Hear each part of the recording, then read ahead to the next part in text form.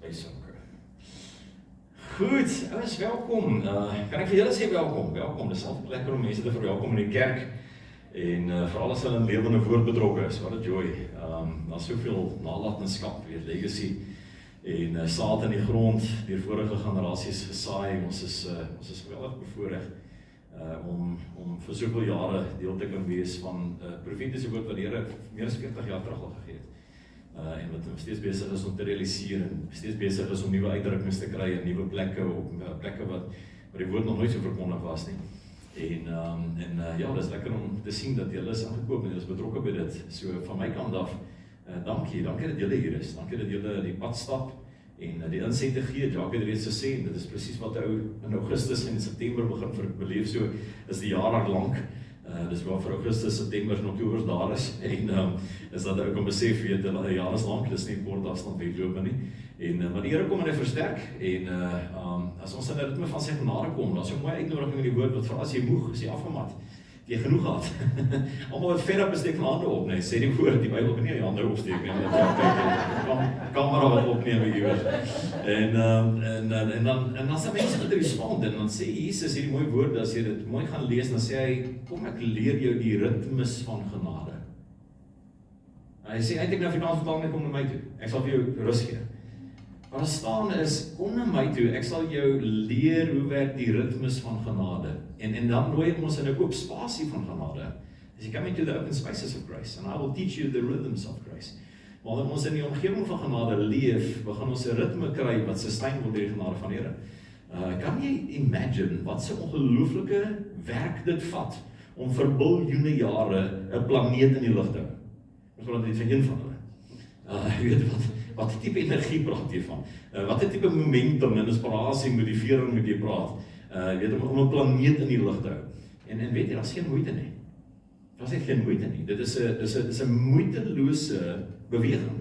Waarom? Want die woord sê vir ons iets onderhou dit. Die woord van God onderhou, sy skepping. Sy genade is nie elke môre, en as ons daai ritme begin optel, elke dag nuwe genade kom haal, dan is ons in die spasie van genade. En miskien vind jy jouself net buite daardie ritme en daardie spasie. Ek dink dis 'n kalibrering wat gebeur hier in die middel van die jaar. Ons moet net gekalibreer word. Ons moet net onsself kom ingee by die Here, want hy spandeer intentioneel en verkoop word. Die woord noem dit ook verkoop, nee. Verkoop is daai gaan haal en kalibreer. Jy weet, so baie keer raak ons so uit ritme dat die goed begin wobbel. Ek het so 'n wasmasjien daar in my huis. Hy's nou lank as ek getrou 24 jaar getrou. Ons trougeskenk was 'n Speed Queen wasmasjien en 'n tuimeldroër. Dis gefrusgoeders, dis groot goeders. Nee, jy kan hom nie vervang nie.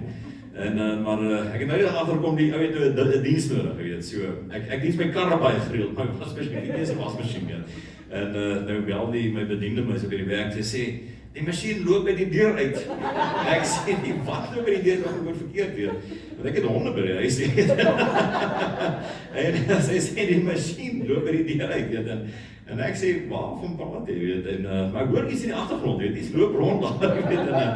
Is dit hierdie wasmasjien, weet, en die ding moet gekalibreer word en gediens word. En baie keer trek God ons net so in vir 'n tyd van verkooping. En ons besef nie hoe lank probeer ons gaan sonder dat ons verkoop word in die gees nie. En wat gebeur is, ons begin uit ritme uit beweeg, en weet wat gebeur wanneer 'n ding uit ritme uitgaan, hy breek. Hy breek meganies, hy breek stukke los, hy skeur, jy verloor waarde en lewenstyd op enige iets wat nie gediens word nie, gekalibreer word nie.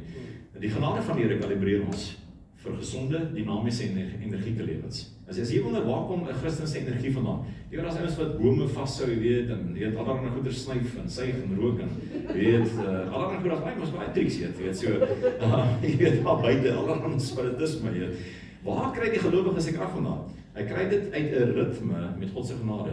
Dawid sê, u genade is nie elke môre. Dis groot goed daai.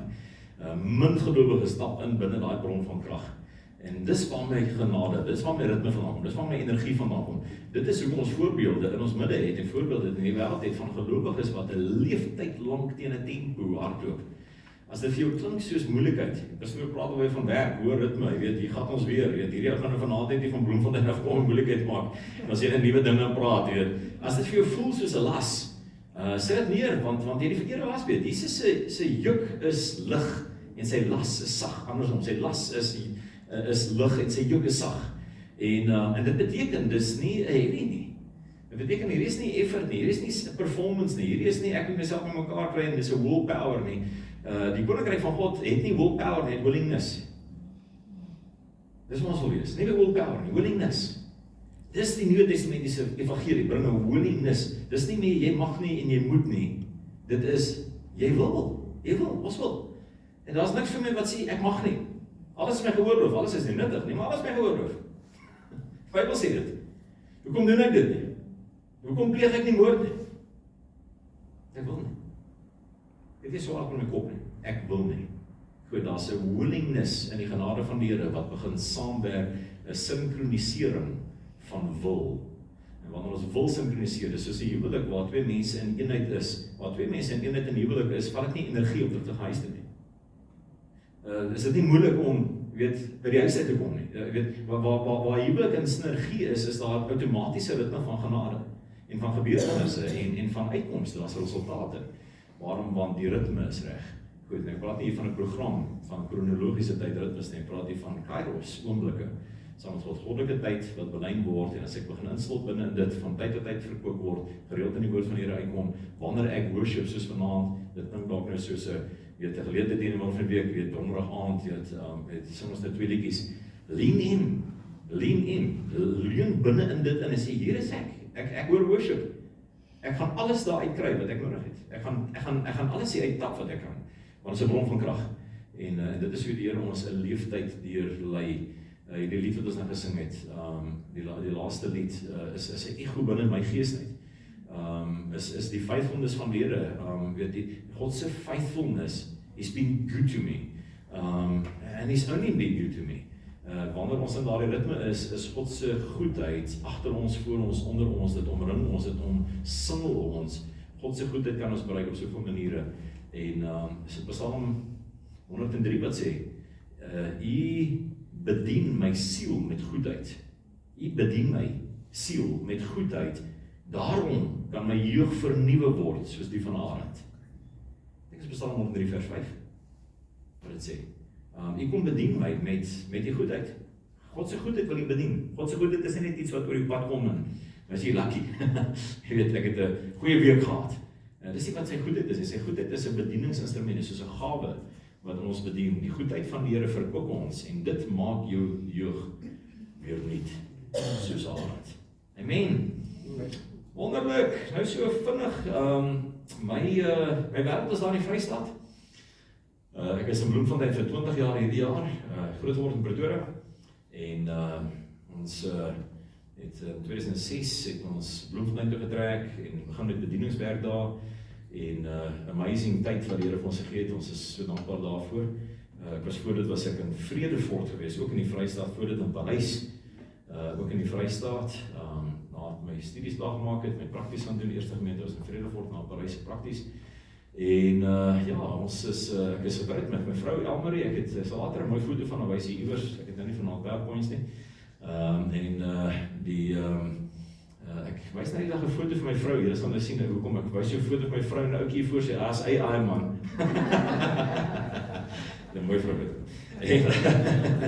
En dan het ek 2 kinders, my seun is Matthew en Genevieve, hulle is al 2 hoërskool, graad 11 en my meisiekind is graad 6. En so dis my lewe. Dit is my eerste bediening en ek dank die Here vir daardie bediening. Dit is wat die goedheid van die Here vir ons eintlik veral uitwys, is hoe dit gaan in ons huwelike, in ons huise, met ons kinders. Dis ons die goedheid van die Here die eerste beleef in ons families. Nou, ek wil vanaand 'n bietjie met jou gesels oor iets wat ek op die hart het, en ek glo dat die Here gaan jou hieroor bedien en nie deurbedien.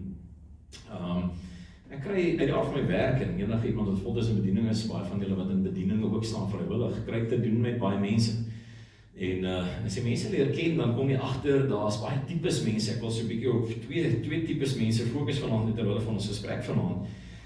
Ek sien dikwels die verskil tussen mense wat vrede maak met tweede beste en ander mense wat nooit opgee nie. Dis net nogal iets wat vir my mense in kampe sit. Ek weet ons wil nie mense in kampe sit nie, jy weet, en dit is nie so 'n klas nie. Maar ek sien hierdie twee groeperings mense in die lewe, en die een groep is mense wat seer kry in die lewe, of agterraak in die lewe, of verwond raak in die lewe, en of belas word in die lewe. Jy weet, die lewe kan dood eenvoudig net 'n las word. En weet, wie maak kinders groot? Weet, wat hulle jou vertel, wat is dit om 'n las te dra? En die lewe kan 'n las word, en ons settle vir second best. Ek gaan met die man in die naweek bietjie meer daar gesels, maar jy kan as my kennis neem, broken people settle for less. Wat doen broken people? They settle for less. Dis 'n oorlewingsmeganisme. En jy sien hierdie mense leef in 'n ritme wat hulle gaan vrede maak met tweede beste, of vrede maak met die helfte, of vrede maak met 'n kleiner of 'n beperkte of 'n minderwaardige weergawe van wat God bedoel het. En dan sien jy mense wat nooit opgee nie en die lewe gryp en verstaan wat God bedoel het toe hy hulle bedoel het. En ek wil vanaand in eerste plek vir jou vra, wat het God bedoel toe hy jou bedoel het? Ja, gedink daaraan. Wat het ek nie? Wat het God bedoel toe hy my bedoel het? Want God het my bedoel. Goed, en dis baie duidelik in die woord, daar's geen kwessie hieroor nie. Die sterkste en die grootste profete, inteendeel die akkuraatste profete in die Bybel, het almal geprofeteer dat God het ons in gedagte gehad, God het ons gewerk vir ons geboorte, God het ons gawes gegee en sekere bedrading gegee wat ons uniek maak voor ons geboorte, en God het die dae van ons lewe bepaal. So as dit waar is, en as ek en jy in die woord van die Here glo, hier's die vraag, want Psalm 40 vers 5 sê Dawid, hy het dit ondersoek. Hy sê, gedagtes is baie omgaan in my gewees, wil ek dit neerskryf, is dit te veel om in volgorde te skryf? Is dit paar gedagtes? Nou, ek wil dit in vir Dawid ook vra, want hy vra dit nie vir homself dan nie, maar miskien is dit wat hy gestuur het, ons vra dit vir mekaar. Wat het God bedoel, toe hy jou bedoel het? En God se gedagtes is nie geheime nie. Slaat in die bedoeling is, ook glad in die boodskap van die Bybel nie. God se gedagtes is nie geheime nie. Ons gaan altyd na Jesaja 55 toe en sê, dis God se wees, moet ons wees, en ons wees nie naby God se wees nie, ons wees nie onder op die aarde, maar ons lees nie verder, en as hy kom, maar die volgende woord sê, maar, maar, my woorde reën uit die hemel neer op julle harde kors van aarde, en dit benat die aardkors, en dan sal 'n vrug en 'n oes voorkom. En geen woord uit my mond sal leeg terugkeer nie, maar alles sal doen, alles wat ek dit uitgestuur het, voor dit mag terugkeer na my toe. So Jesaja 55, kom ons interpreteer dit net in dieselfde vraag. Wat het God gesê, wat soos reën oor jou harde hart, reën, tot daar saad ontkiem? En wat sal die Heilige Gees en die woord van God rapporteer in die hemele, wanneer dit terugkeer aan die einde van die lewe en sê, ons is terug, maak op die poort. En die Vader maak die poort en sê, wat soek julle hier? Ons het alles gedoen, wat ons gestuur was. Dis wat Jesaja 55 sê. Ons het alles gedoen wat ons gestuur was. Jesus sê dieselfde, ek het my werk al gedoen, ek reg om terug te gaan na die Vader toe. Alright? So dink jy Jesus het toegang gekry terug na die Vader toe?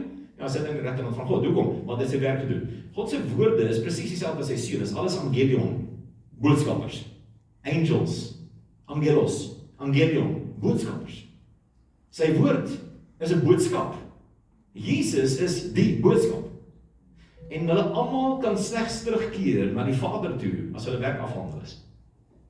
Daar's woord oor jou lewe, daar's profetiese woord oor jou lewe, daar's gedagtes oor jou lewe, daar's 'n lys van gedagtes aangaande jou lewe, waarvan die woord, die boodskapper, die angelon, nie kan terugkeer en in kan gaan, daarbo, voor dit vervul is oor jou lewe nie. I think that's serious. Goed. Nou kom Paulus en hy sê, ek frustreer nie die genade van God nie. Filemon. Ek frustreer nie die genade van God nie. Moet jy ook nie die genade van God frustreer nie.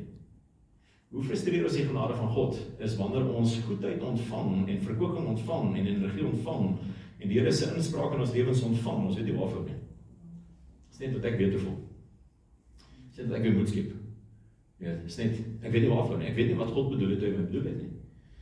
Ek dink is nodig dat ons uitvind, nee, bietjie gaan in dit gaan. Maar goed, terug hierso by wat ek vir probeer sê, is ek sien 'n verskil tussen mense wat vrede maak met tweede beste en die wat nooit opgee nie.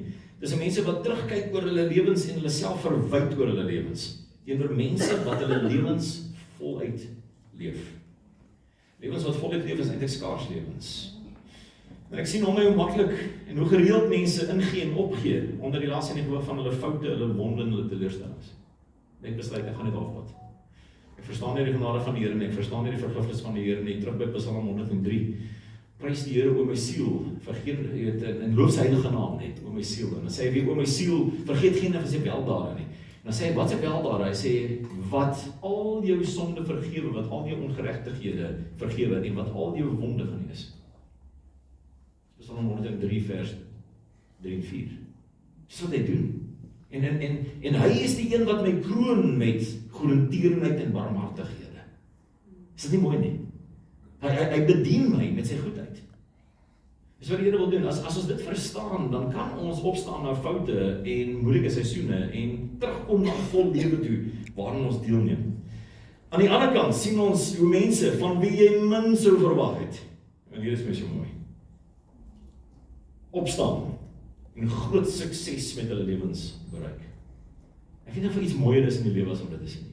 Om te sien dat mense in omstandighede of in realiteite of met 'n geskiedenis of deur trauma in hulle lewe gewerk het en daar eintlik min verwagting is dat so 'n persoon sou uitstaan.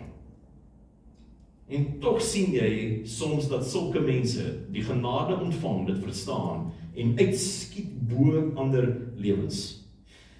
Wat is dit? Wat maak dat mense wat min geleenthede mee begin het, hulle lewens vol uitleef en hoë hoogtes bereik, terwyl ander wat alles aan hulle kant het, dit wil so min bereik. Wat is dit?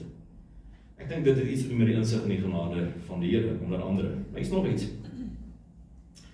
Ek het groot geword op 'n plaas wes van Pretoria. Die van die wêreld ken Allendaba. En so aan so daai wêreld groot geword. Dis ver uit die stad gewees en ons het fiets gery skool toe. So ons was so 18 km gewees van die laerskool af en so 'n bietjie verder van my hoërskool af eventueel. En so ek het van die eerste dag van my lewe af, ek was 6 jaar oud gewees op skool.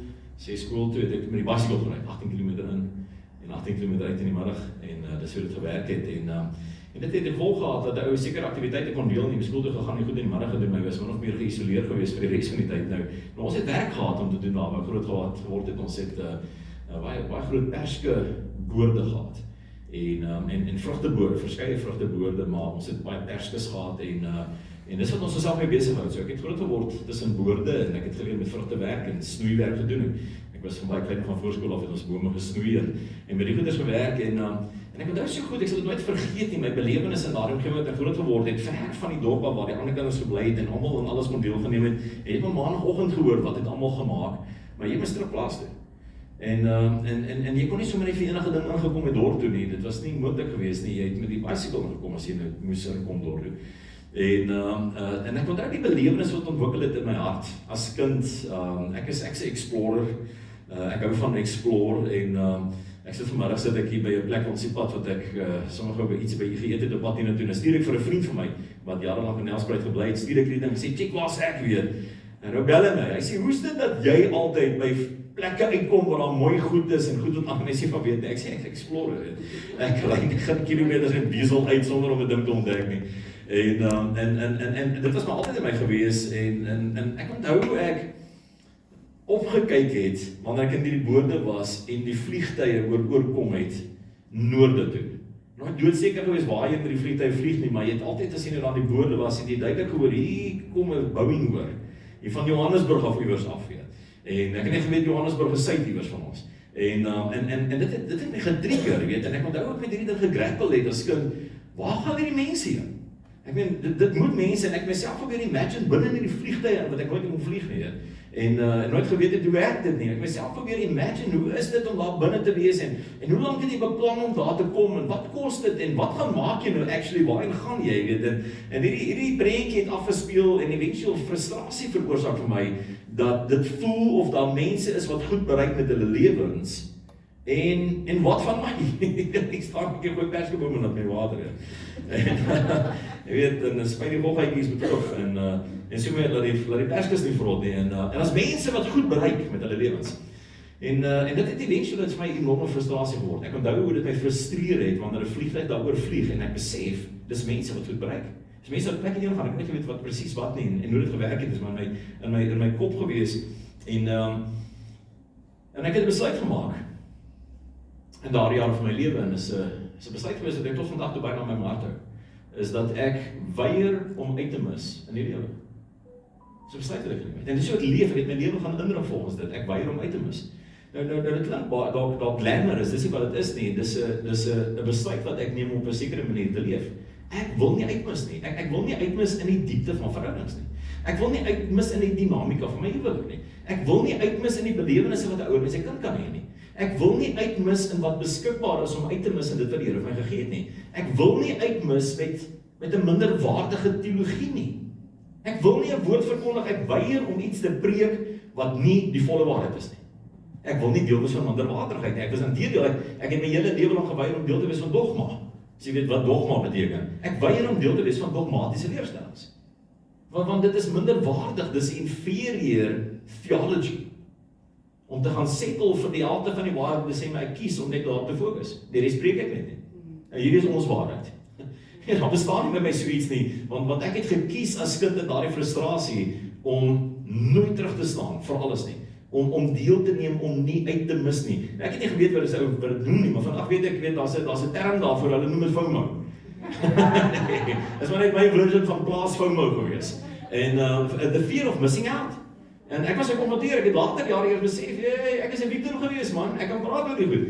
Ek het 'n enorme vrees ontwikkel om uit te mis en ek het begin werk aan goed en goed begin organiseer, ek begin deelneem aan goed en op 'n manier begin lewe wat sou seker maak dat ek kan die belewennisse wat die lewe bied op een of ander manier in 'n minder of 'n meerdere mate aan deelneem. So ek wil doen. En dis hoe ek wil leef. Dis ook wat ek my gemeente wil laat beleef. Sodat ek die mense wat ons volg in lewende woord nasionaal wil leef, ons moet beleef. Daar moet vir die regte redes 'n fear of missing out bestaan by mense wat betrokke is in die koninkryk van die Here.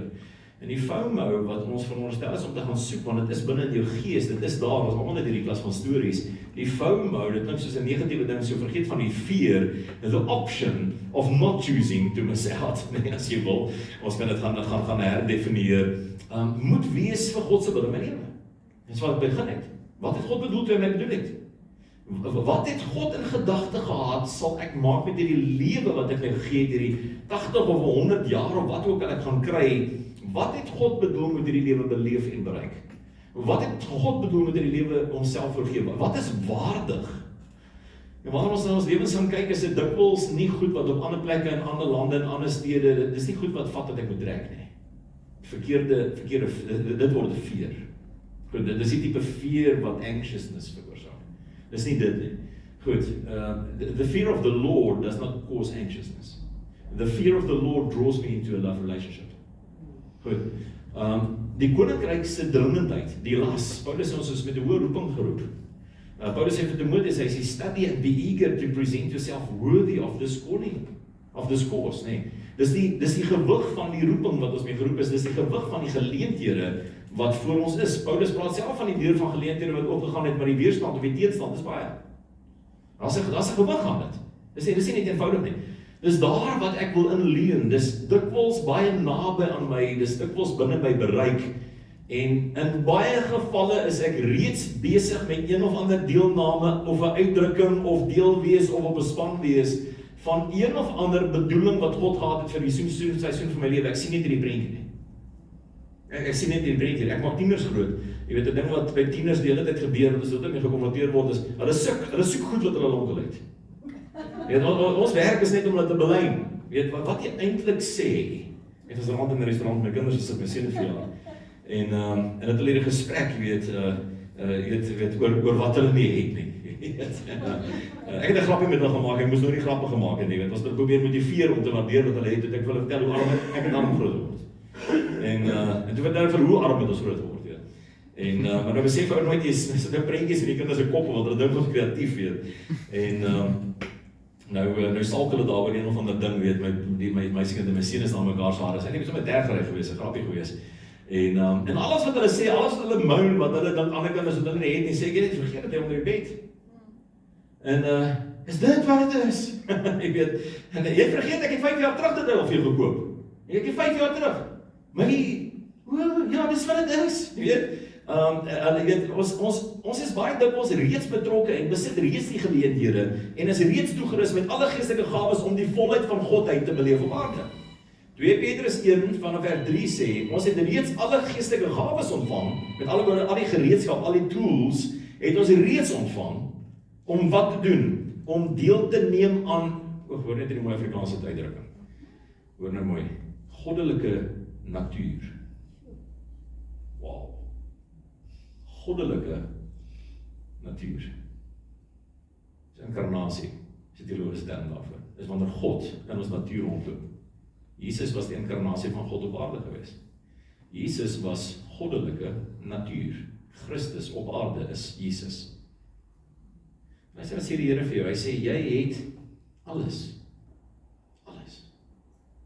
Ek het jou arsenaal van gawes volgemaak tot bo. Ek het gedagtes aangaande jou gedroom, dat Dawid, jy weet, Dawid se seun was die slimste ou op die aarde gewees, en ek het nou slim as Dawid gewees. Sy seun was Salomo, man. Jy weet, dat Dawid die gedagtes nie agter mekaar kon orden eers, wat hy besef het, God oor hom gedink het nie. Dawid kyk na sy eie lewe en hy besef, what a life, what an opportunity. Waarom sal ek settle vir minder as die beste? Waarom sal ek settle vir 'n halwe lewe? Waarom sal ek halfpad gaan? Waarom sal ek die lasroete kies en nie die verligting sien nie? Nou waarom sal ek die bedruktheid onthou, maar nie die vreugde en die geleentheid binne in dit wat ek mee betrokke is nie? Ons is dikwels reeds betrokke, reeds ingekoop, reeds deel van, reeds ontvang, reeds verwelkom, reeds gevier, reeds bevestig, reeds ondersteun, reeds liefgehê, reeds uitgestuur, en soveel goed wat God oor ons lewens gedroom het, want God speel sy profetiese woord oor ons lewens uit. Goed, die feit dat jy vanaand hier sit, is die vervulling van 'n profesie. Goed, jy is geografies, strategies geplaas. Geografies, jy is hier, dit is strategies, dit is profeties. As 'n rede kom jy is. Het jy geweet as 'n rede kom vanaand by die kerk is? Het jy geweet as 'n rede kom vanaand by die kerk is? Het nie beland nie. Ons leef, ons doen goed wat ons moet doen, en wanneer ons daar is, dan dink ons ek nie beland. Ja, as dit nou hier, wat gaan ons volgende doen? Koffie drink, en dan kyk ons wat doen die pastoor, en dan gaan ons kyk wat volgende gebeur, weet, en ons gaan seker 'n liedjie sing, want dis wat ons te doen, en ons het hiernatoe gekom, omdat ons strategies deur God hier geplaas is vir 'n tyd soos hierdie, en dis hoekom jy in hierdie geografiese plek moet wees en bly. Nêrens heen gaan nie. Wat God vir jou bedoel is om ander plekke nie. Maar dat meeste van daardie goed was alleen geweest. Die Here roep jou om sendingwerk te doen in Madagaskar. Luister man. Praat met jou buurman oor Jesus eers. En jy gaan dieselfde vrede beleef. Alraai. Jy begin met jou vrou werk, asof sy die engel in jou lewe is, dan hou jy oppreek oor engele. Alraai. Kom net eers hier aarde toe. Jy is klaar.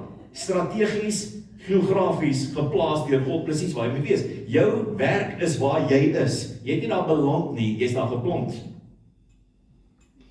Luister mooi, jy het nie hier beland nie, jy is hier geplant.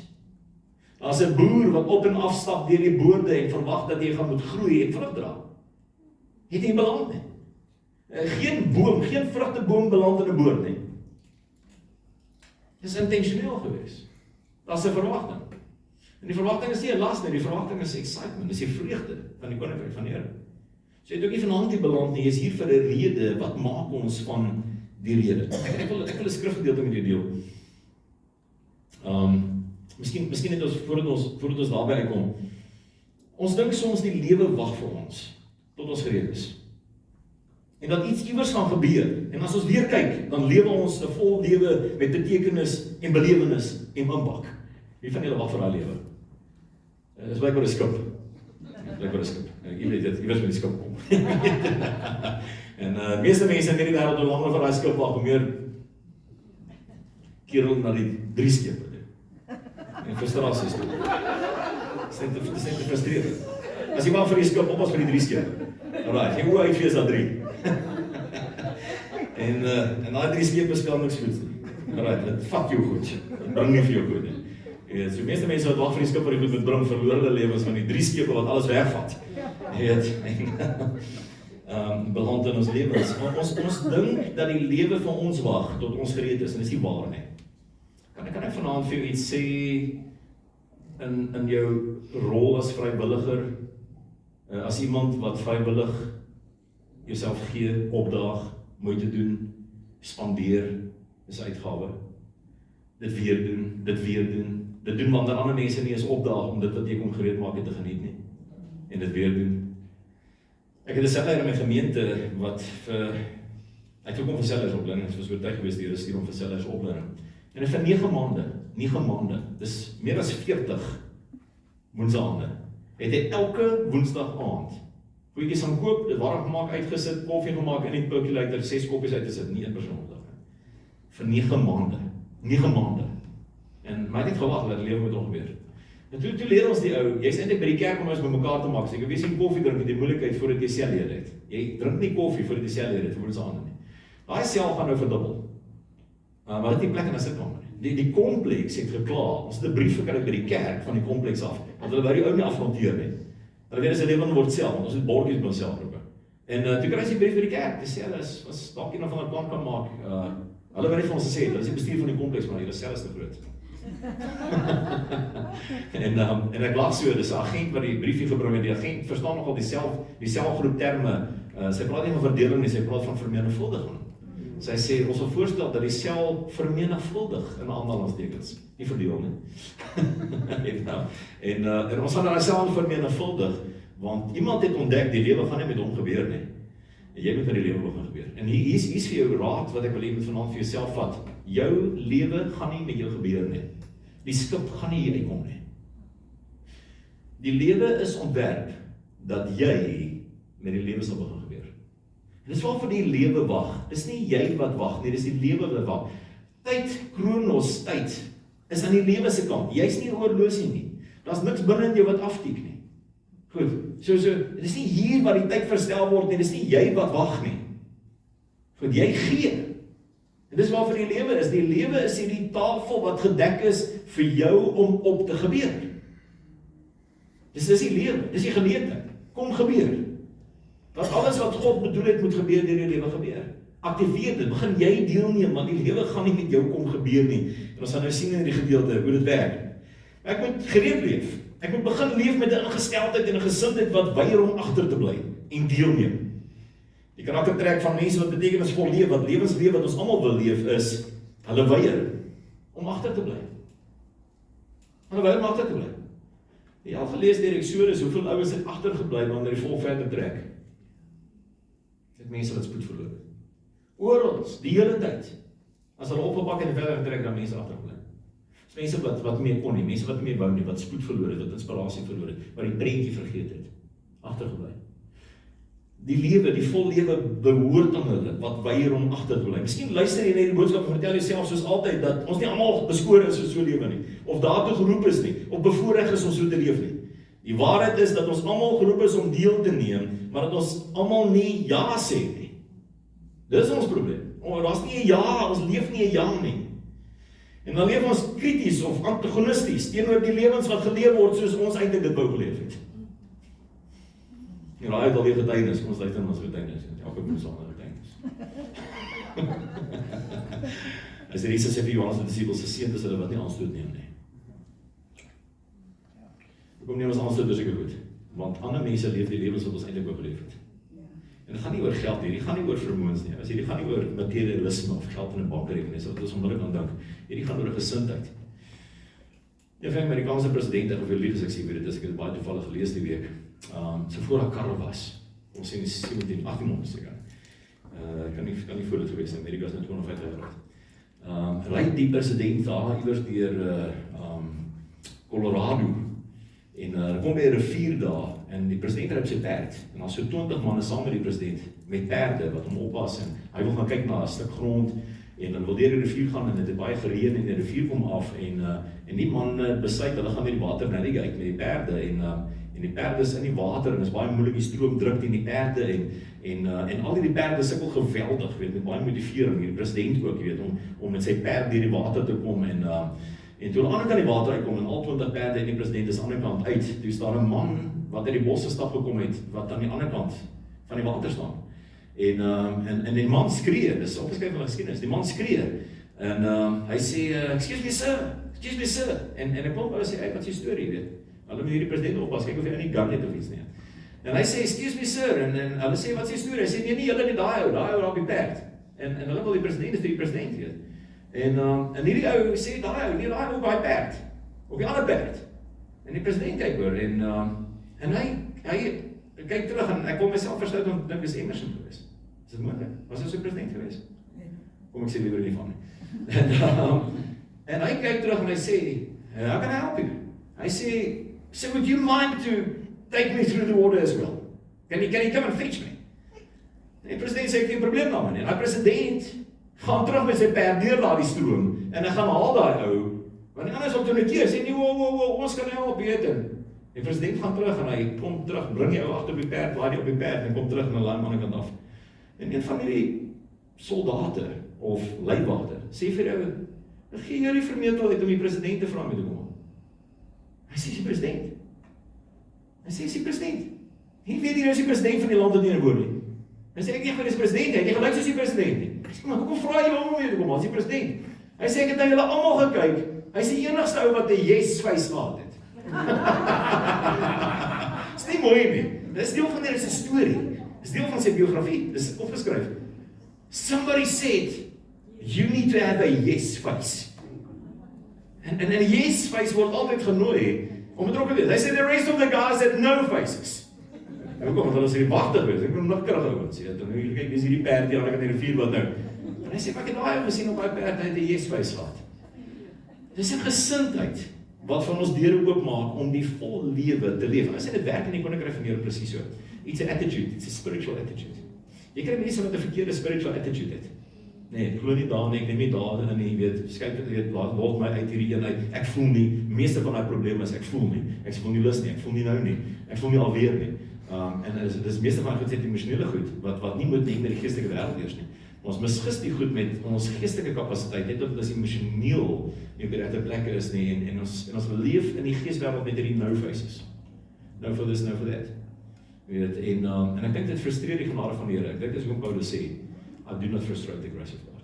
Moenie die genade van die Here frustreer nie. So die karaktertrek wat mense het wat betekenisvol leef, wat lewenslewe wat ons almal graag wil leef, is hulle weier om agter te bly. Die waarheid is dat ons almal geroep is om deel te neem, maar dat ons almal nie wil ja sê nie. En dan leef ons krities teenoor ander mense. So is die vraag vanaand vir julle vraag, en dan gaan ons hierdie skrifgedeelte lees in 2 Konings 2. As jy Bybel by jou het, 2 Konings 2. Maar luister nou eers my vraag. Sal God in jou dink? Sal God jou oorweeg? Wanneer hy bonatuurlike en buitengewone goed in ons leeftyd wil doen. Sal jou naam opkom? Hoekom sal hy jou en my kies om buitengewone goed te doen, as ons nog nooit ja gesê het vir die buitengewone lewe? Jy sien, om gekies te word deur God om buitengewone goed te doen, moet ons iewers ja sê vir die buitengewone lewe. Vraag is, word jy geken as iemand wat buitengewone goed aanpak en weier om 'n gewone, algemene lewe te leef? As ek gekies het toe ek daar in die vrugtebore was, gefrustreerd was, gesê, kom as ek hier, ek kan nie in die dorp kom nie, ek kan nie in die stad kom nie, ek kan nie by my pelle kom nie, en dan vlieg mense altyd oor my kop en vliegtuie in ander plekke toe, wat ek nie weet waar hulle gaan nie. Ek het ja gesê vir 'n buitengewone lewe, en ek dank die Here, ek het nie tyd om dit vanaand vir jou te vertel nie. Ek het vanoggend dit ek in 'n gemeente in Pretoria bietjie gaan deel oor my storie. En hoe God dit antwoord, en hoe God getrou word wanneer ons ja sê vir hierdie lewe. Wanneer ons begin deelneem in hierdie lewe, wanneer ons begin glo, God het ons geroep vir 'n bonatuurlike, goddelike natuur. 2 Petrus 1, goddelike natuur. Ons is geroep om goddelik te leef in hierdie natuur. Dis die gedagte wees. So 2 Konings 2 vers 1, ek gaan dit vir jou lees. Luister mooi, en probeer die ritme hier opvang, van wat hier gebeur. Dis die storie van Elia en Elisa. En toe die Here Elia in 'n storm na die hemel sou opneem, het Elia met Elisa uit Gilgal uitgegaan. So, ek wil vir jou konteks skep, is nou hier waar die storie begin, dat die Here vir Elia wil hemel toe vat, nee. En ons weet hy is eventueel met 'n klomp perde weg. Maar sien, hy president van Amerika, dis hierdie profeet. En hierdie storie begin, toe die Here Elia in 'n storm na die hemel toe sou opneem, hy wou in 'n storm aanvanklik opneem, het Elia met Elisa uit Gilgal uitgegaan. En Elia het vir Elisa gesê, nou Elia was die mentor profeet en Elisa was die student. Goed. En Elia het vir Elisa gesê, bly tog hier, want die Here stuur my na Bethel. Maar Elisa het gesê, so waar as van die Here leef en u siel leef, ek sal u nie verlaat nie, en hulle het na Bethel afgegaan. Toe gaan die profete seuns wat in Bethel was, na Elisa, die jongman, en vra hom, weet jy dat die Here vandag jou Heer van jou af kom wegneem? En hy antwoord in Afrikaans. Ek weet dit, Sharp. Ek het die Bybel sê, ek weet dit ook, bly stil. Hy het dit gesê, luister maar. En hy ons is by my kom nie. So die profete, want hy is profete hier, die het het allemaal geweet. So Elia en Elisa kom in stede waar daar profete seuns is en die profete skole, die profete weet. En die profete het allemaal geweet, God praat met die hoofprofete, hy gaan hom hemel toe vat. So hulle het geweet, en nou sien hulle, Elisa wil hom nie los nie, en nou gaan hy Elisa en sê, is jy nie 'n profeet? En vra vir Elisa, is jy nie 'n profeet? En wat bedoel julle? Want ons ouers is jy nie 'n profeet, ons weet die Here gaan vir Elisa wegvat, Elia wegvat. Hoe weet jy dit nie? En hy antwoord hulle, sê ek weet. En Elia sê vir hom, Elisa, bly tog hier, want die Here stuur my nou na Jericho. En hy sê, so waar as wat die Here leef en my siel leef, ek sal u nie verlaat nie. En hulle het in Jericho aangekom. Daarop kom die profete seuns wat in Jericho was, na Elisa toe en sê vir hom, weet u dat die Here vandag u heer van u hoof af sal wegneem? En hy antwoord, ek weet dit ook. Luister. Dit was die tieners gewees. En Elia sê vir hom, bly tog hier, want die Here stuur my na die Jordaan. Maar hy sê, so waar as wat die Here leef my siel leef, ek sal u nie verlaat nie, en hulle twee het gegaan. En 50 man van die profete seuns het geloop en op 'n afstand eenkant gestaan, terwyl hulle twee by die Jordaan was. Toe neem Elia sy mantel en rol dit op en slaan die water, en dit is na weerskante verdeel, sodat hulle twee op droë grond deurgegaan het.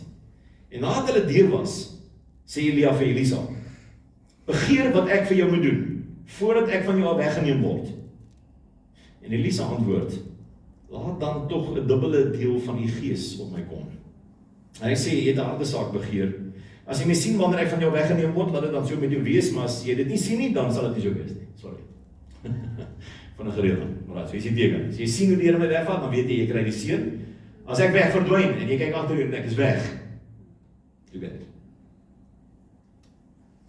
Terwyl hulle al deurloop en praat, spreek, kom dan met eens 'n wa van vuur, met perde van vuur, wat skeiding tussen die twee mans maak. En Elia het in 'n storm na die hemel opgevaar, is 'n vuurstorm gewees hierdie. En Elisa het gesien en geroep, my vader, wa van Israel en sy ruiters. En toe hy hom nie meer sien nie, het hy sy klere gegryp en dit in twee stukke geskeur. Daarna tel hy die mantel van Elia op, wat van hom afgeval het. En hy draai om, en hy gaan op die wal van die Jordaan staan. En hy neem die mantel van Elia, wat van hom afgeval het, en hy slaan op die water en hy sê, waar is die Here, die God van Elia? Ja, hy.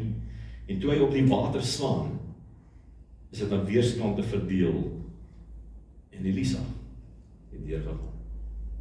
Joh, is 'n profound stuk skrif hierdie.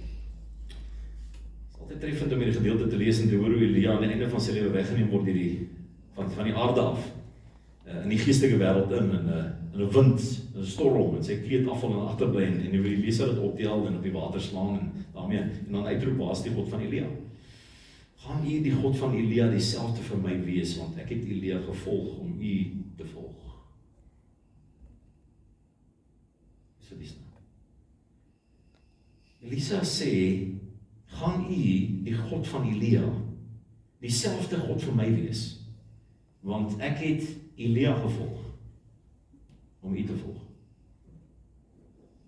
Dis hier nie van. Ek vertrou hier is vanaand 'n woord, miskien 'n openbaring of 'n profetiese inspraak vir jou lewe as 'n vrywillige belewende woord, maar hierdie moet jy hoor. Baie van ons leef ons lewens met geleende geloof. Baie van ons leef ons lewens met geleende geloof. Elisa het vir Elia gevolg omdat Elisa gesien het watter tipe lewe Elia geleef het.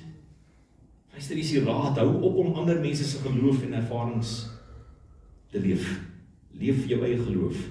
Daag op vir jou eie ervarings en sê ja vir jou eie uitdagings. Dis hoe ons hierdie lewe leef. Ons vind ons so prototype. Weet, iemand wat namens my die vollewe lewe. Iemand wat ek najag, dis superhero wêreld, nee. Iemand wat lyk of hy of sy eintlik is wat ek graag sal wil wees. En al wat ek doen is ek is naby daai persoon. Ek daag maar net op. Ek is maar net een of ander weergawe van Elisa wat agter Elia aanloop. En dan kom 'n oomblik in ons lewens wat Elia weggaan en Elisa gaan moed sê, God van Elia, waar is u? Sal u vir my dieselfde wees? Want ek het Elia gevolg om u te volg. Ek self het u nog nooit gevolg nie. Het jy dit gelees?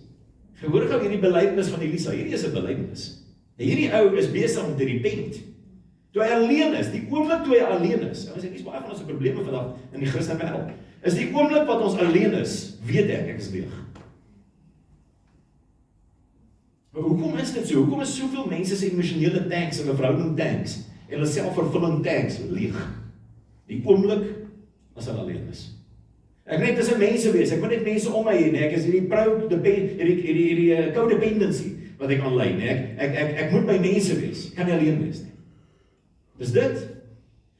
Elisa se lewe het gewerk, en hy het een of ander naam gehad om die profete te sien, en sy was 'n bietjie jaloers op hom gewees, want hy het Elia se lewe geleef, met sy eie lewe. Hy het geassosieer met iets wat profound was, maar binne in hom leeg. Inteendeel die dag toe sy mentor hemel toe gaan, toe Elia hemel toe gaan, toe blyk dit of hy vir eers eens lewe met die Here praat. God van Elia. Ekskuus. Hey, imagine, dis hoe jy leef. Ouens, energie gebeur binne ons lewens, inspirasie gebeur binne ons lewens, motivering kom tot realiteit en uitdrukking in ons lewens. Die lewe gebeur, we rise to the occasion, die oomblik wanneer jy jou geloof in God aktiveer, en jy jou ja's in plek kry vir jou geleenthede. Dus dis wanneer jy intentioneel opdaag, dis wanneer jy met mening opdaag, dis wanneer jy op 'n missie opdaag, dis wanneer jy besef, luister, jy is nie net een of ander spanlid, of een of ander nommerie, of deel van een of ander team, of raak gesien, of ek was net maar beskikbaar gewees, want ek het Woensdae en Vrydag en Sondag afgeweet, of wat ek al, ons is maar deel van die ding, en die kerk het die mense nodig, en die arme pastoor, ons maak sy hande ligter, en so, jy gaan soos Elisa, op 'n dag in jou lewe kom, wat jy sê, wie is hierdie God? Jy gaan so baie huwelike, nee, ons werk baie hiermee. Mense is 30 en 40 jaar getroud, as die kinders uit die huis uit, en kyk hulle een nag vir mekaar in die bed sê, hey, wie is die vrou wat jy laas met het? Ons het mekaar vir 30 jaar misgeleef. Dis hoe dit gaan. Dis dit. Skielik ontdek ons. Sê dit gemis. Wat het gebeur? Ons lewens het in mekaar uitgedryf. Waarom? Want ek het nie my ja gebruik vir hierdie verhouding nie. Ek het nog nooit ja gesê vir dit wat God bedoel het vir die huwelik nie. Ek het nie opgedaag vir die geleentheid nie. Dis maar net daar. Dis maar net beskikbaar. Ons almal word ons beskikbaar vir die huwelik in 'n tyd. Met ordentlik verlief wees, die ouers moet sê kom ons nou tyd te weet so aan. Beland ons in die huwelike. Ek het nog getroud. Dis nie die lewe nie. Dis nie die dinamika wat die koninkryk van God wil. Luister gou hierna. Hoe besit ons die koninkryk van God? Hoe gebeur die heerskappy van God? Hoe gebeur die manifestasie van krag wat God veroorsaak in ons lewens? Dis wanneer hulle wat dit in besit neem, dit met geweld in besit neem. Die woord van die Here sê, daardie dae sal die koninkryk van God bestorm word en met geweld in besit geneem word. Weet wat sien ek? Ek sien 'n hoofletter bold yes. Dis wat dit is. Dis 'n gesindheid. Sien, dis nie geweld soos 'n rebelse geweld nie, dis om die koninkryk van God in my lewe te hê. Hoe kry ek die koninkryk van God in my lewe betrokke? Met passie. Met passie. Ek bestorm dit in elke geleentheid, in elke tema, in elke faset van my lewe, in elke uitdrukking van wat God bedoel het ek moet wees. Wie's ek? Ek is Neville. Die fasette van my lewe is huwelik, en is kinders, en is sport, en is 'n kerk, en is 'n nasionale prentjie, en is dit, en is dat, en is nog 'n ding of twee. Dis my lewe. Wat beteken dit vir my? Dit beteken dat ek in elke faset van my lewe die bedoeling van daardie realiteit in my lewe met geweld moet bestorm en dit in besit neem as 'n ambassadeur van die koninkryk van die Here.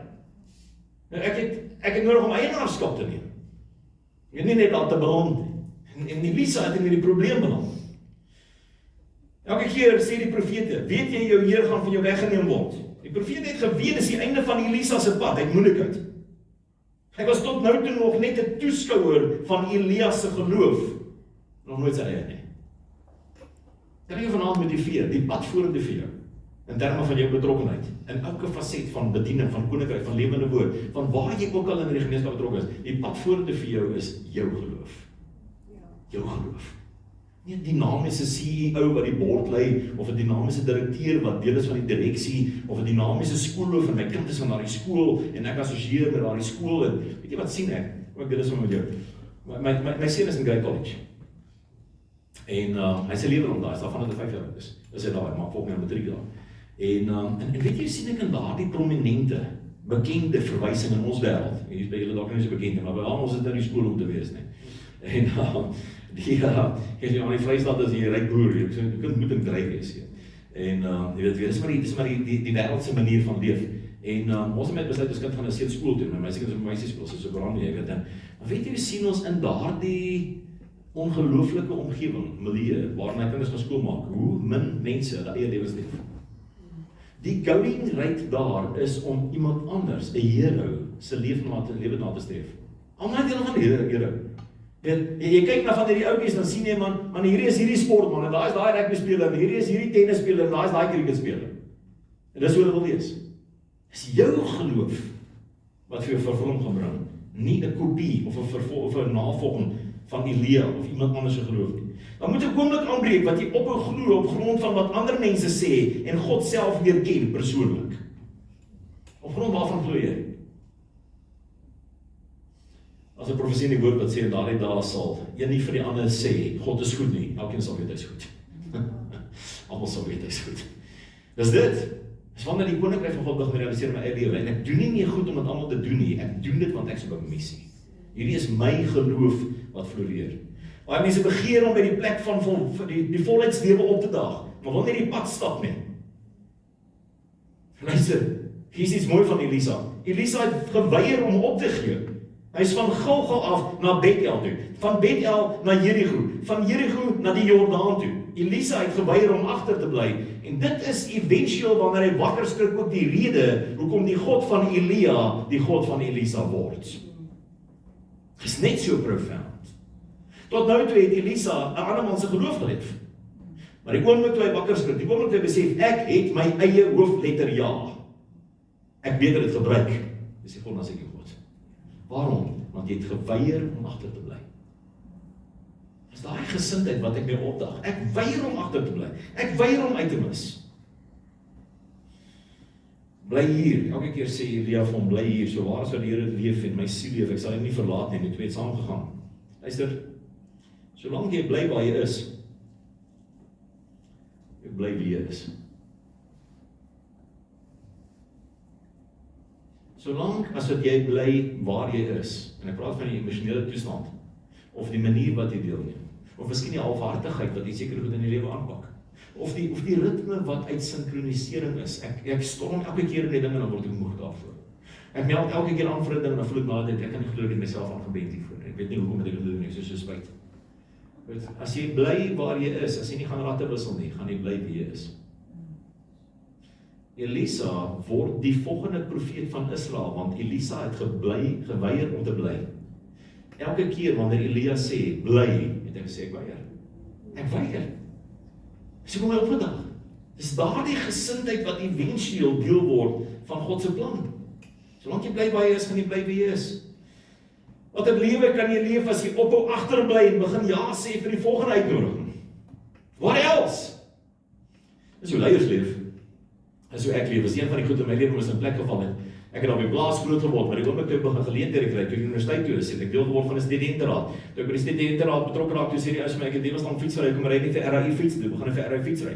Toe ek begin vir RAI fietsry, toe sê die ou sê, lyk of jy met swaarde kan ware, want ek het 'n voorliefde gehad vir goeders, ek het begin skerm vir RAI. Goed, luister, as jy weier om agter te bly, gaan die deure vir jou begin oopgaan. Jy gaan die lewe begin leef wat jy begeer het. Watter lewe kan jy leef as jy ophou agterbly en begin ja sê vir die uitnodiging? Ek was daar gewees vir swaard veg en weet en skerm en vir fietsry en al die goed nie. Dis nie waarvoor ek daar was, ek was daar in teologie dis wat. En ek het geweier om agter te bly. Ek was 3 weke op teologiese college gewees, toe word ek die eerste jaar, om in sy eerste jaar, ek was nog 18 jaar oud gewees, 'n gemeente te kry, 'n beroep te kry. Ek was, voordat ek 19 jaar oud geword het, in teologie, die Here het my deur opgemaak en die eerste beroep gekry. Ja. Dis wat die Here doen, as jy wil om agter te bly. Ek was die vorige jaar nog op die plaas. Ek het 2 weke voor daardie beroep die eerste keer in my lewe Johannesburg gesien. Ek is nooit my lewe in Johannesburg. My pa het my gesê, daar's 2 torings in Johannesburg. Die Westeen, ek het al genoem gehad. Die Westeen is waar jy bly. So as ek in Johannesburg gery het, dan staan ek op die Hoopplek, altyd die Hoopplek het gery. Ek my die kar uit en ek waar. Ryk daar natuurlik. Dan was ek GPS. Dis ek geweet het, ek het niks geweet nie. Maar ek het geweet, ek bly nie agter nie. En ek het skaars in daai college ingestap en 'n dosent kom na my toe en hy sê, jy lyk soos jy met 'n job soek. Like dit. Ek dink ek het die Jesuwys gehad. Jy gaan weet wat dit is. Jy gaan agterkom, hoe lyk dit? Ek dink ek het die Jesuwys gehad. Want 'n dosent het na my toe gekom en sê, jy lyk soos jy met 'n job soek. Jy lyk soos jy met 'n job wil doen. Ek sê, ja, dis my enige antwoord was ja. Die geef my adres. Dit gaan sien ek is, toe beroep die AGS Kerk Voortrekker Hoogte in die weermag kom my, as hulle eerste eergister. Dis waar ek by bediening begin het. Dis waar ek leer preek het. Dis waar die Here pad my begestap het. Goed, dis wat die Here doen as ons sê, hier is ek weier om agter bly. Maak 'n skuif van die lewe van verpligtinge na die lewe van voornemens. How's that? Skuif in jou kop uit die wêreld van las, load, weight, stress, anxiousness, frustration, na 'n lewe van betekenis. Zig Ziglar, ek weet nie of julle weet wie Zig Ziglar is. Zig Ziglar is 'n baie bekende Amerikaanse spreker gewees, eintlik in die sakeomgewing in die marketplace ministry, maar 'n fantastiese boek geskryf. Born to Win is 'n boek wat ek onlangs van gelees het. En Zig Ziglar skryf in sy boek Born to Win. Hy sê, you were born to win. It's your decision to be a wandering generality. Why don't you consider becoming a meaningful specific? Wow! Ek het die boek opgevreet. Nee, ek het daai boek 'n stuk in gelees. Ek preek oor daai boek. My gemeente ken Zig Ziglar se Born to Win van voor tot agter. Luister hierso. Why would you settle for being a wandering generality? Ek loop rond en I'm wandering and I'm just general. Dit was soos almal, wil jy uitstaan nie? So nie sê, a wandering generality. Why don't you consider becoming a meaningful specific? And that's who I am. Ek glo dit. Dis hoe ek wil lewe. En ek glo dis wat jy kan wees. Become a meaningful specific. Dis uniek. Waarom maak Elia elke keer die voorstel dat Elisa moet bly? Want dis 'n keuse. Elia weet dit. Dis 'n keuse. Jy gaan die keuse maak. Die lewe gaan nie vir jou kies nie. En Elia as 'n mentor, is 'n man met ervaring, is 'n senior man gewees. Elia het geweet as hy nie die versoeking voor hierdie jong man, hierdie jong profeet in opleiding gaan plaas elke keer wanneer hy skuif nie, gaan hy nooit leer. Dis jou ja wat tel my. Hy moes vir hom wys, jy kan nie sê. Jy kan nie bly. Hoekom bly jy nie in hierdie dorp want ek gaan aan? Ek weier. Geen treffer, engele het opgedag by wonder. Volgende dorp laat bedien. Hoekom bly jy nie hier nie want ek gaan verder beweeg? Ek weier. En hulle volgende dorp gedag. Van die een dorp na die ander dorp, na die volgende dorp, na die 4de plek, geweier om agter te bly. Dis die gesindheid. Elisa het in sy hart gekies, alhoewel sy geloof nog nie geaktiveer was nie, het in sy hart gekies om 'n meaningful specific te word. Dis die roeping van die Here op jou lewe. Daar kan baie fyn detail wees en kleure wees wat ingekleur word op die canvas van jou lewe, wat uniek is van jou lewe. Maar luister, hierso is 'n algemene gemeenskaplike waarheid. Jou roeping is om klaar te maak met die wandering generality lifestyle en te shift into a meaningful specific. Dis die roeping. Dis God se roeping op mense se lewens. Is to become meaningful specifics. Die keuse is joune. Keuse vir impak. Jy kies. Die lewe sal altyd aanbied en toelaat dat jy agterbly, soos al die profete ons die pad agtergebly het toe Elisa aangehou het. Al die profete moes wonder, waarom sou God vir Elisa kies? God het ons almal gekies. Ons kies nie self nie. Ons laat onsself eenvoudig nie toe nie. sluit af met 'n laaste gedagte uit 'n hele ander arena van gedagtes in die sportwêreld. My kinders is baie betrokke in sport. En in die sportwêreld word kinders geleer dat die bal, my kinders speel 2 nasionaal tennis, en word hulle geleer deur sportverbindings en specialist coaches, dat die een ding wat jy vir jouself moet uitsorteer is, jy mag nooit bang wees vir 'n bal nie. Nooit bang wees vir 'n bal nie. En daar's allerlei sportterme wat daarvoor is, maar daar's 'n sokkerafrigter wat bekend was vir hierdie filosofie. Pep Guardiola, Spaanse afrigter. Pep Guardiola famously stated that what he hates most is when a player does not want the ball.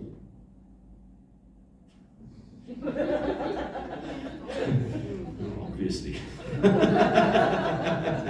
Ek weet nie wat hy dink. Wat hy gedink. En jy moet daai video sien hoe hy hierdie ouens uitsorteer. Hierdie sokkerspelers. En hy skree op hulle. Hy sê, "Why would you come to training every day of your life and then in the match you're afraid to take the ball?" Dit is 'n baie relevante vraag vir Christene om mee gekonfronteer te word. Is dit nie die issue nie? Is dit nie die syndroom nie? Pep Guardiola famously stated that what he hates most is when a player does not want the ball, emphasizing that players have permission to make mistakes. That's grace. Emphasizing that his players have permission to make mistakes, or even to lose, but must always have the courage to demand possession. In the spirit world, you demand possession. Leiers leer verantwoordelikhede is geleenthede. Volgelinge interpreteer verantwoordelikhede as laste, as frustrasies. Leiers sien geleenthede en verantwoordelikhede as die volgende stap. Dis my opportunity. Dis my oop deur. I demand possession of the moment, of the ministry, of the opportunity, of the task at hand. I demand possession. Gee dit vir my. Ek het my spandeer kom net dag by my en ons het 'n frustrasie in ons klankkas. Ons het 'n baie groot klank setup in Bloemfontein. Ons saai uit lewendig in verskeie plekke in die land op sonnaandoggende. So ons uitsendingspunt. Waar ons in die platteland, ons hoë gemeente kan nie meer doen nie bekostig nie, dan gaan bied ons aan om 'n TV in te sit, 'n 90-inch TV en lewende woord saai uit op sonnaandoggende. So wat ons doen is ons train baristas. Ons het die Barista Training Center in die Vrystaat. So die nasionale barista gilde het 2 lede in die Vrystaat wat die kwaliteit van baristas, dis nou die barista koffiemasjiene, cappuccinos wat almal so drink, wat daar die kwaliteit reguleer, albei van ons in my gemeente. So 1 keer 'n kwartaal het ons 'n barista training naweek vir die hele Vrystaat en daar selfs is van Botswana en Zimbabwe te kom. En om gedrein te word, so ons is 'n bietjie in die koffie ding in en hoe het ek nou uitgekom met dit? Ons by die klankglas gewees. Ek wil iets sê oor die baristas. Anyways, dan dit van nou terug van Matteus 50. My 2 gedagtes gaan net so ver, weet jy.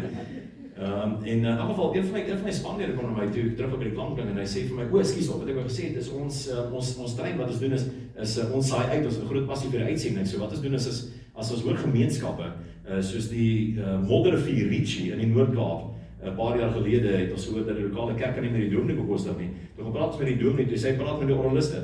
So die oraliste van die Ritchie NG Kerk van die afgelope 30 jaar het gekom vir barista training in Bloemfontein. Ons het hom ge-issue met 'n 90-inch TV met 'n soundbar en wifi. En nou het ons elke Sondag vir 5 jaar al in Ritchie op die Modderrivier onder Kimberley, 40 km onder Kimberley, het ons 'n hele gemeenskap van pekanneet boere wat sonder lewende woord sit. So dis wat ons nou doen nou. So ons saai uit, so ons uitsendingsklankborde agter is 'n baie groot ding by ons en as 'n klomp mense, ons het 15 mense wat werk binne dit en daardie ding en dis al frustrasies, ons het 'n klomp jong mense daar, almal se altyd tegnies opgeleid nie so meer en iemand kom na my toe in die gemeente en sê gee dit vir my.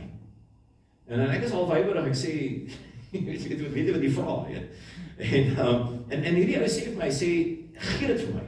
Hy sê, ek gaan myself op my eie onkostes oplei om hierdie goed te doen. En luister, dis 'n paar maande later, jy kan nie glo wat se sukses bereik ons uit daai klank word met hierdie selfde span mense nie. Maar iemand het eienaarskap geneem, hy demanded possession. En as jy met Nico praat, dan sê hy vir jou, hy sê, hierdie is my kingdom opportunity. Hy sê, I was born for this. For what were you born? Wat het God bedoel toe jy bedoel het? Jy sê, as jy dit nie weet nie, kan jy nie praat van passie nie. As jy nie kan praat van passie nie, sal jy nooit niks possess nie, jy sal bang wees vir die bal. Dit is 'n groot probleem met sport, nee. The philosophy of possession and responsibility. Absolute demand. Guardiola views hiding from the ball as the ultimate sin because his entire tactical identity relies on players actively solving problems on the pitch. Forgiving errors. He frequently tells his squad that they have full permission to make mistakes, lose a duel, or drop possession, provided they show the bravery to ask for the ball again immediately. Want die kerk het dit nodig. Dis passie. Ons kan nie bal laat val, maar ek vra onmiddellik die bal terug. Ek wil my hand op daai bal hê. It's my kingdom opportunity. En dan laastens, mental resilience. Resilience is veerkragtigheid. Die vermoë om altyd weer op te staan as hy geval het. The elite players he praises, such as Phil Foden, distinguished themselves by stepping into tight, uncomfortable spaces and demanding responsibility when the match gets difficult. Mag die Here jou seën met so gesindheid. Mag die Here jou geloof kom versterk, dis die basis. Hierdie goed is nie tegnies en sekulêr nie, al klink dit in hierdie voorbeelde so. Mag die Here jou geloof kom aktiveer, soos hy Elisa se geloof geaktiveer het, die oomblik toe hy besef, ek is alleen. In daardie oomblik, in daardie emosionele turmoil, het sy mentor net verloor. Dis soos om iemand aan die dood af te staan. In daardie oomblik het God sy geloof aktiveer. Hy begin deelneem. En die God van Elia is ook die God van Elisa, is ook die God van